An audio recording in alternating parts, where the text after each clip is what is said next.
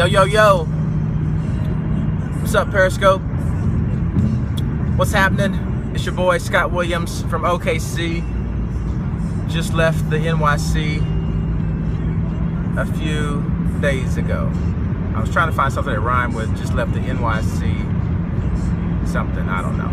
So anyway, I'm headed to pick up my fam real quick so we can head to church. I'm gonna close this thing because it's too much, there we go, too much light. Good morning, good morning, good morning. Hope everybody's having a great morning.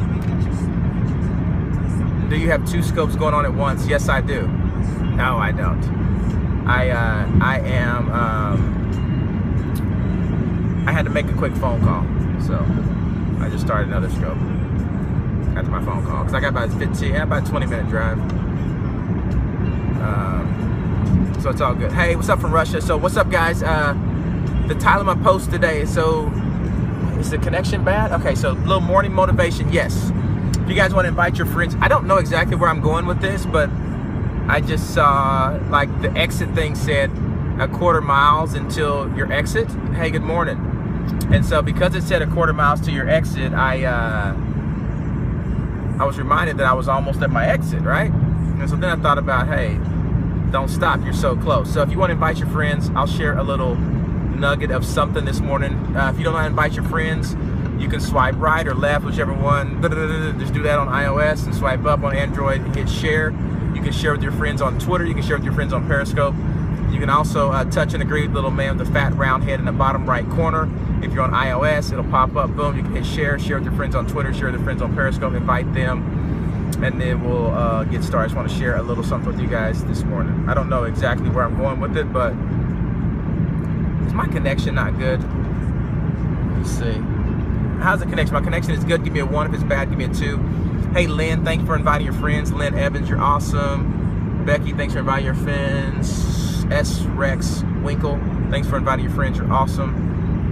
Where do you ride? I don't know what that means. Where do I ride? I ride on the high side. Thank you, Becky. That is a, I need to copy and paste that, just how you do that, Becky. I need to copy and paste that so I can do that. I need to be able to share something on, Lynn Evans, what's happening? Hey, Lynn, how you doing? How you doing? How you doing? How's everybody doing?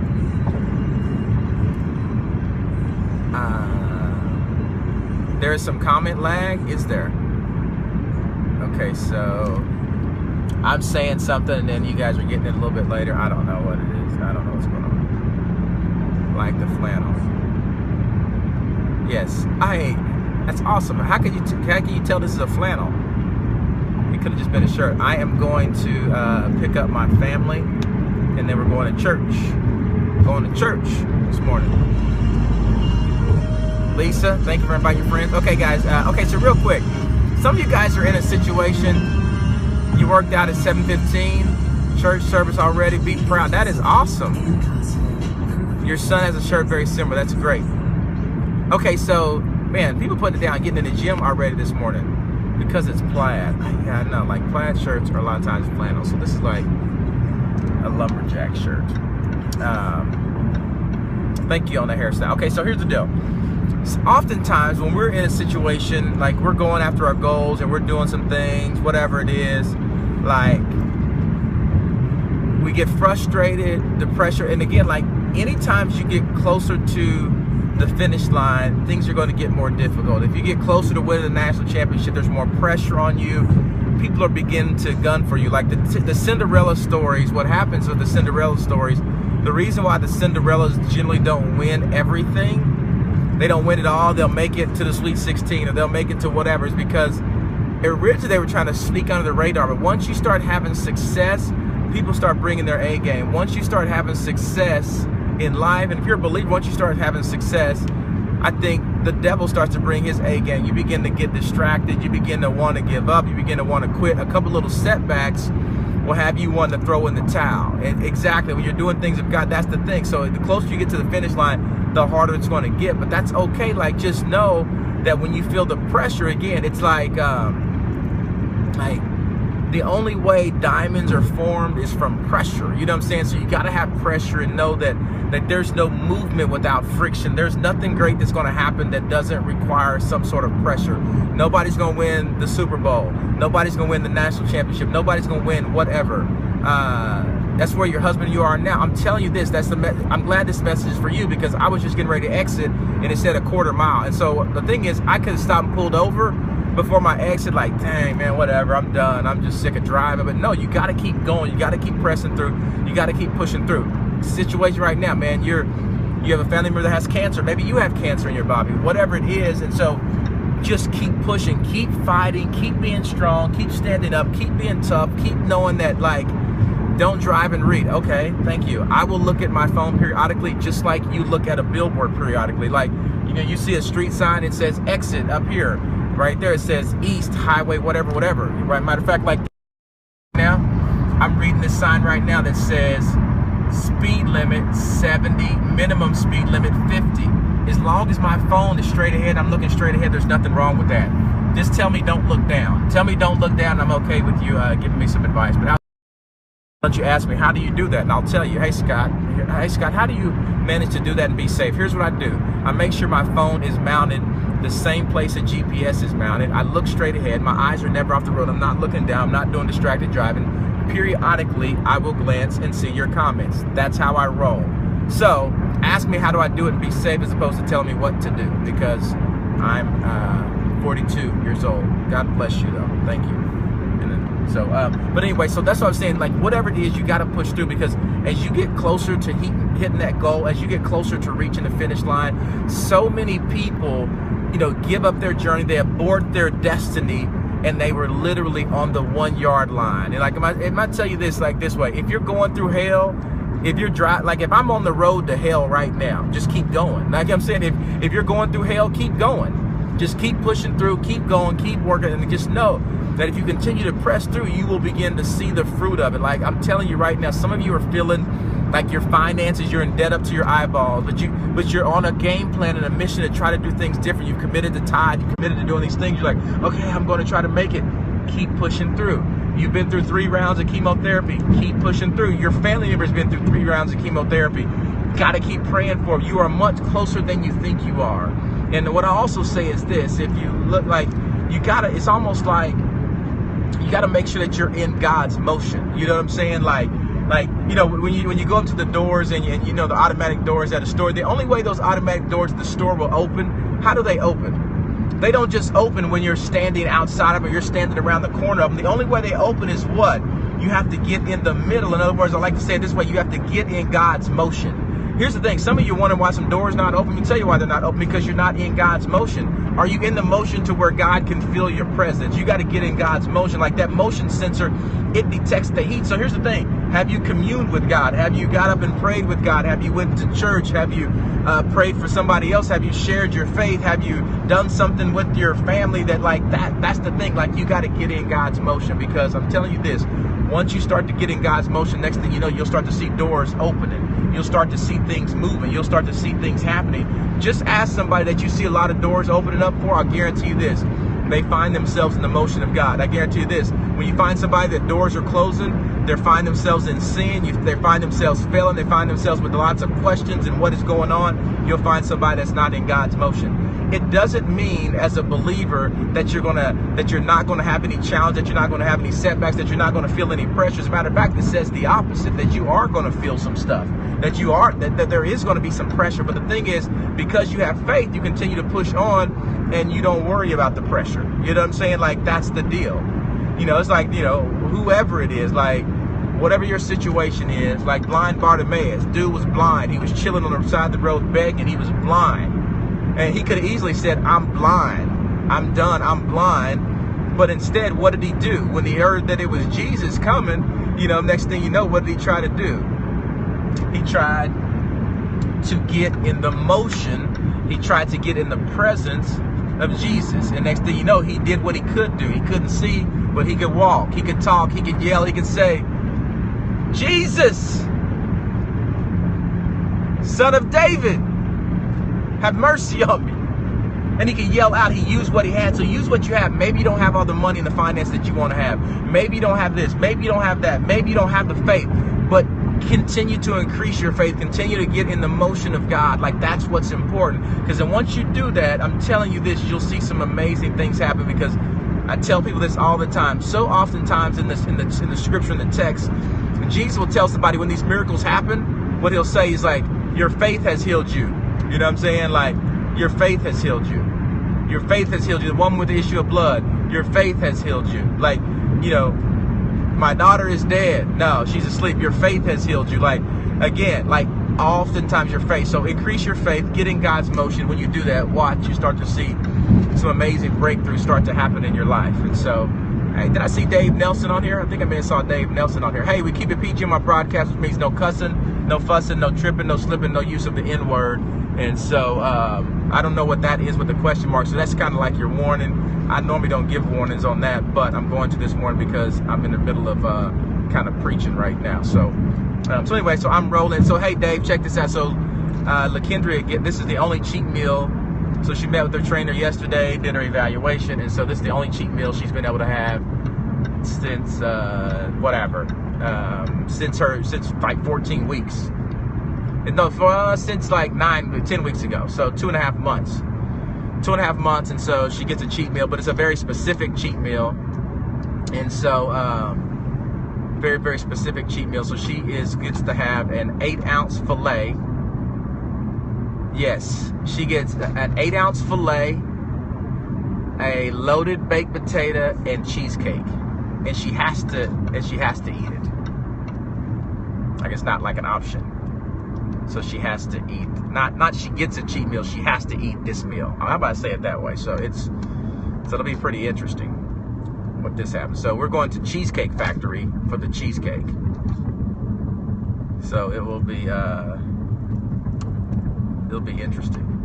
So she's 6 weeks out. She had her evaluation yesterday. And it's something to do, like, it's something with the cheesecake. What is in the cheesecake? Block ministry. Who's I need to block? What is that? It was something that she said was in the cheesecake. It's something with the sugar and some kind of milk, something in the cheese. And then she's no longer has eggs anymore.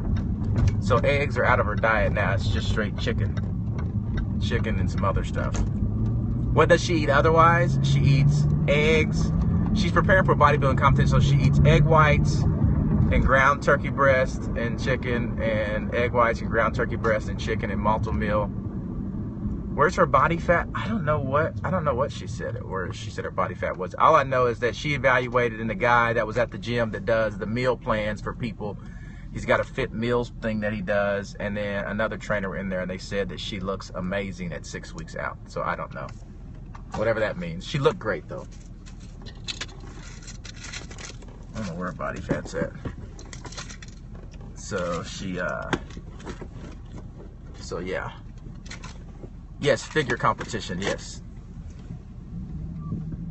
You know what? My wife is an extreme introvert. I think that once she does this competition, here's my goal. I have a vision for her we're launching a fitness brand, and like I have a vision for her brand, like our brand, her brand. And so I think where are she and the kids? I'm picking them up right now. I'm getting ready to pick them up in like 2 minutes. And then we're headed to church. And she'll scope. Yes, exactly. So I guess it's about to get probably real ugly. Yeah, I don't know what's up with the eggs going away, but yeah, so the eggs went away. I think she's probably, I don't know if she's happy that the eggs went away or not. I'm happy because they be stinking in the morning every day. So no egg whites. Yes, I will say this, it's kind of interesting. Like, I think she'll do it. I think she'll start broadcasting. I got like a really dope logo that I already have envisioned for. Shocks the body more. Yeah, so she did something with the rotating carbs, like every other day. Every day she did something different last week, and so when she did that, like her trainer's like, look at what it did. Look how much leaner she, like, I don't know. I guess I can't see it like she does. So she's touching and grabbing and doing whatever she does, but she's like, oh yeah, no, that did this. Yes, that's what she did, carb cycling for the last 2 weeks. So now she's on regular straight diet again, no carb cycling, and then, but her diet has changed. I forgot what it is. Oh, so yeah, no, actually, so yeah, so she's doing filet now. So yeah, so like I'm gonna grill some fillets. She has to have, filet is her meat now. I don't know if I think filet and maybe chicken.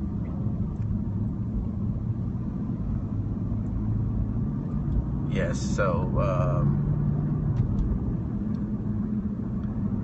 yeah, so that's what's going down. So I hope you guys are well. Hope you guys are hitting the church this morning. If you're not, go to church online somewhere, whatever it is. So I think I'm going to broadcast her eating her cheesecake, but I think she said she wants to bring it home and enjoy it like peacefully and like just chilling. Keep your body guessing. Yeah, so it tricks you. I guess it tricks your body. So I don't know what the body. Your wife is an introvert too. Only shouts from the peanut gallery on the scope. Yeah, so LaKendra, that's she'll come on and talk. So we're gonna get her to do every once in a while. Get her to get on here and do a broadcast with me. We're in some talks with some folks about a reality TV show. You're not a believer, but you love my message. Why, thank you. Just keep hanging out, and just I will just say this: if you're not a believer, just be open. Here's what I always tell people: just be open. Be open into listening. Be open into learning, and just be open into being sensitive to what God might speak to you. I always tell people: if you're not a believer, just keep trying it your way, and then just at some point in time say, "Hey, Scott, you know what? I'm willing to give your way a try." Or, what you're talking about. And so people because I always say this way, like even people that will come to me that are agnostic or atheists or whatever, like, okay, I always say the thing is like, what if you're right and I'm wrong? And then the other question is, what if I'm right and you're wrong? That's a great question to ask. So.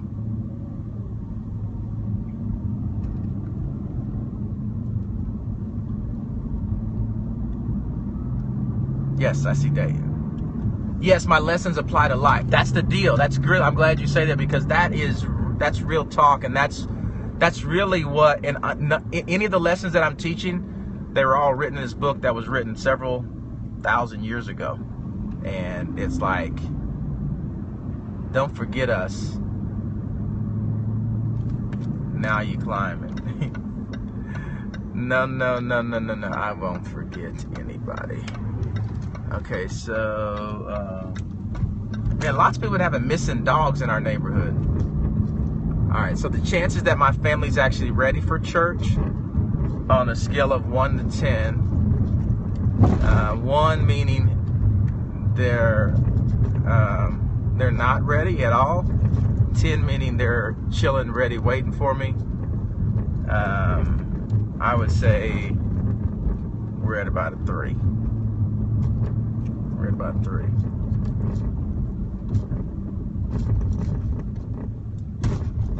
Yes, we got to do Pass the Mic. I got to get a little bit more. I got to have an alternative plan for when I'm out on Pass the Mic.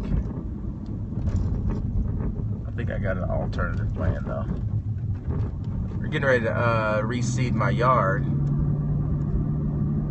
Yeah, go watch Corey get down. Tell Corey to sing some songs about Jesus this morning. Appreciate y'all. Thank y'all for checking in. Let me grab my family, and then I'll holler back at you. Peace. Hey, remember this: chase your dreams, or someone will pay you to chase theirs. It's your boy Scott Williams, Scott Nation, and guess what, guys? You just got off scot-free. Holler at your boy.